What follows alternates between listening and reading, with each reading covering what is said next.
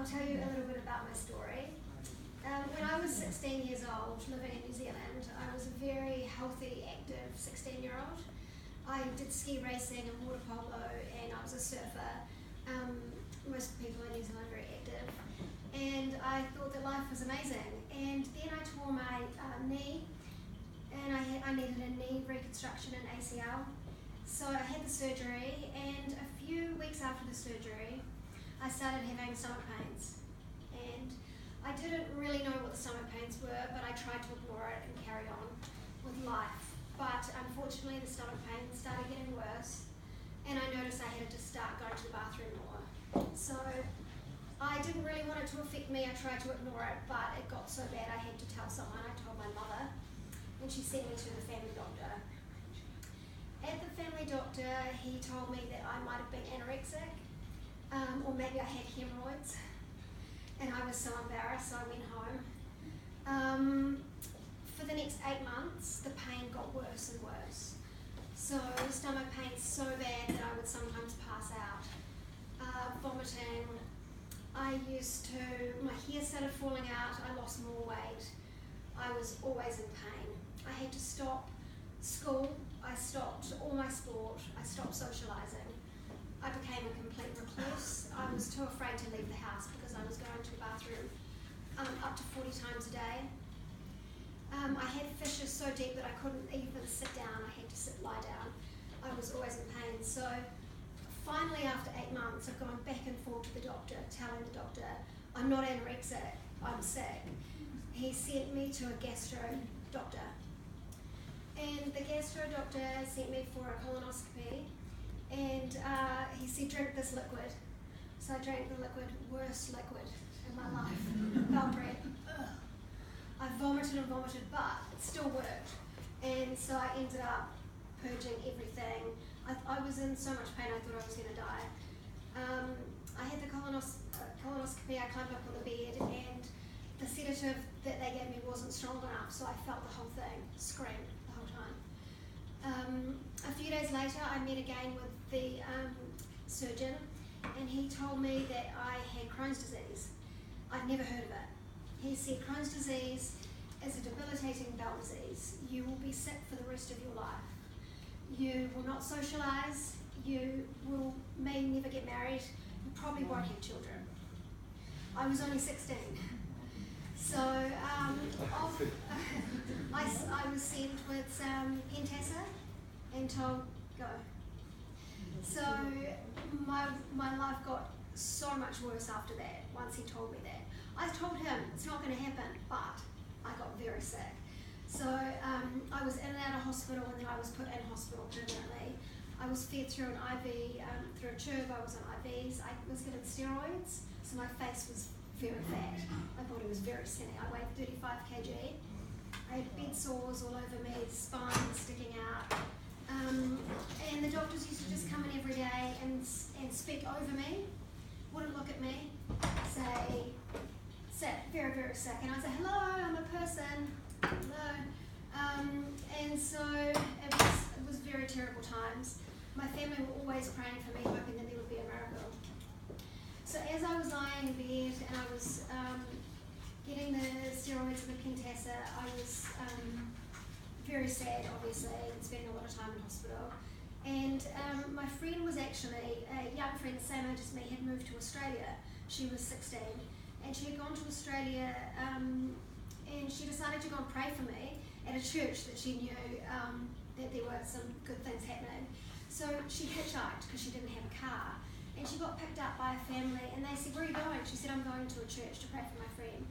And the person in the car said, oh, I'm going to the same church. Why are you going to pray for your friend? And she said, oh, my friend's dying of a bowel disease. I don't know anything about it, but it's bad. And the person in the car said, I'm a doctor. I actually know about Crohn's disease, and my best friend is Dr. Tom Barodi. He's a professor, and he has some treatment that he's trying for Crohn's disease. So he called Professor Tom Barodi and told him about me.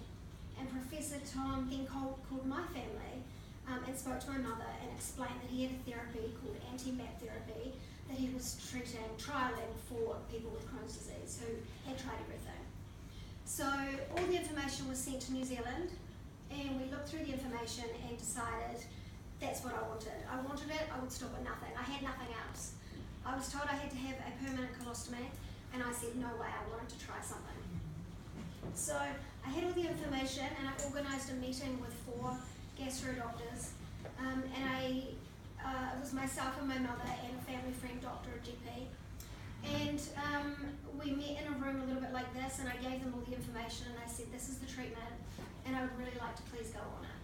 And I tried really hard to convince them. And they said, absolutely no. No. They threw the notes on the ground. No, you're not having it. And as a 16-year-old, I was just so angry, so upset. But I wasn't broken. I decided I'll still try. So I was wheeled back up to my hospital with my notes. And I decided to just have a standoff. I would stop taking the medication until they would give me what I want. So about a week later, the doctor who had originally diagnosed me with the disease and told me I wouldn't get married or have children, he came and he actually came into my room and he sat on my bed and he actually held my hand and he said, you are the most annoying patient we've ever had. You're so hard and so stubborn. Because of you, I'm going to let you try the medication for 1 month, this medication. But 1 month only. After that, you have to leave. We can't look after you anymore. I don't want to be responsible for your health. So I was so excited. So happy. Yes, please. Yeah, I want the medication. Great, thank you. So I started taking it, a few tablets a day, just a few. And then gradually, after a month, I was taking 26 tablets a day. But I started feeling better. I stopped going to the bathroom so much. I didn't have abdominal pain. I felt I had more energy, and I actually put on 5 kg in just 4 weeks' time, which was incredible. And after those 4 weeks, they said, time's up, you've got to go. I said, okay. So I left the hospital, and I was strong enough and well enough to fly to Sydney. So I flew over 3 hours to Sydney with my family to meet Professor Tom Barodi and his amazing team in Sydney. And they were just incredible. They instantly had as much faith as me in the medication. And we set up a program that I would go in every week to be checked out, have blood tests, make sure that my liver functions were okay. I had 5 infusions of Remicade over the time that I was there, and I had multiple iron infusions. And I ended up moving to Sydney by myself without my family, but to be closer to Tom and Sharon. It was quite a big change because it was a new medical system, a new city, a new country, and I was only young.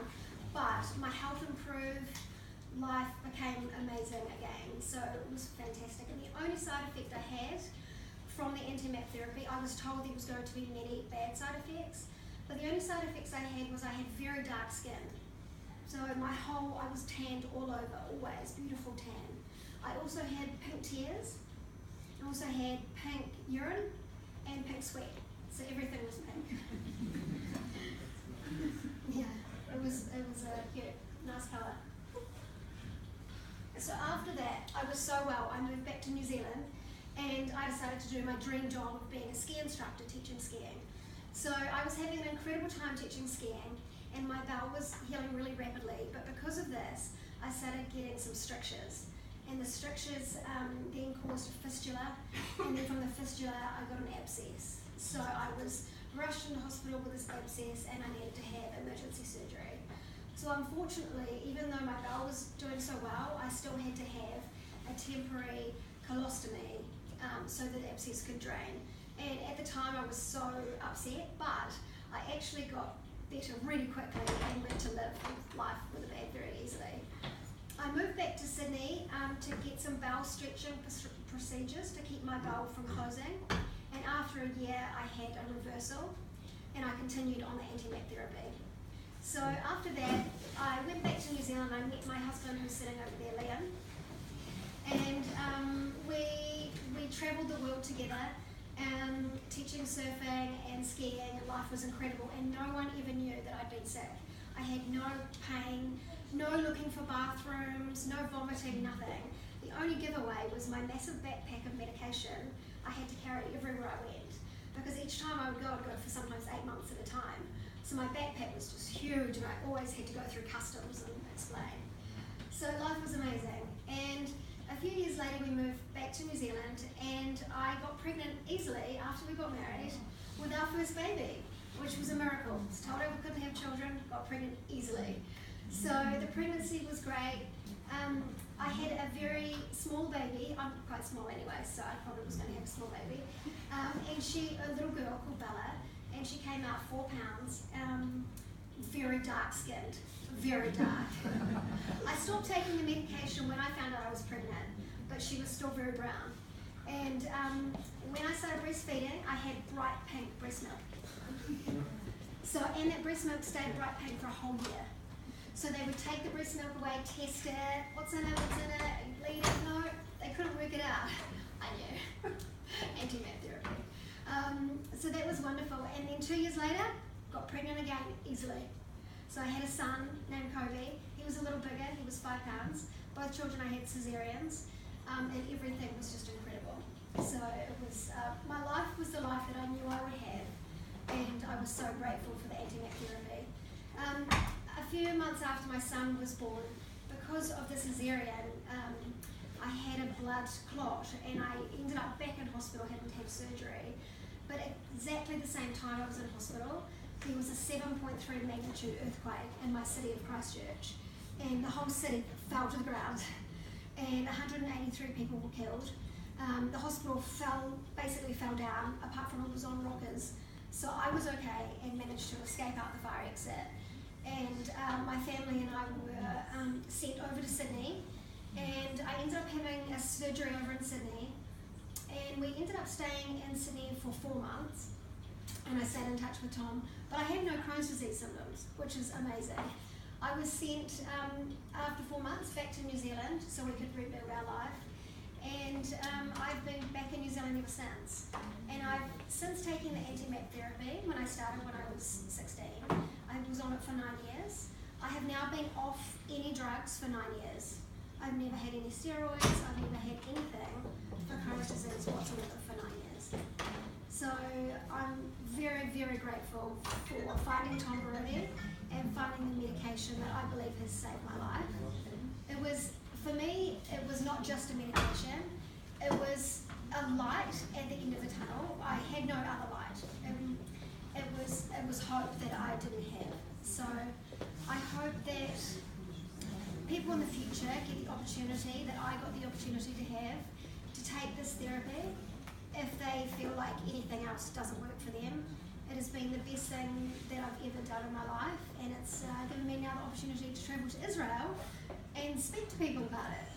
So if you're considering learning more about it or maybe putting patients on it, I'd like you to please think of me and think of my story.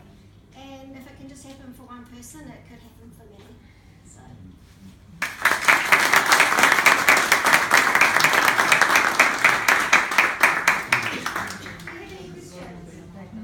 Question? Have you ever been tested to see if you were exposed to this mycobacterium in No, I past haven't. antibody testing? No, I haven't. Back then, when I originally was given the medication, they weren't able to But they can for test it. now. They They can can see if test you've now. been exposed in the past at Right, some point. right. Because Crohn's is probably many different things that give similar reactions Yes. in different people from different causes. Yeah, that's right. So I haven't been tested, no. I will be tested this. That'd be a great idea. Yeah. We're going to find a subdivision of people that will really Yes. learn. Yes.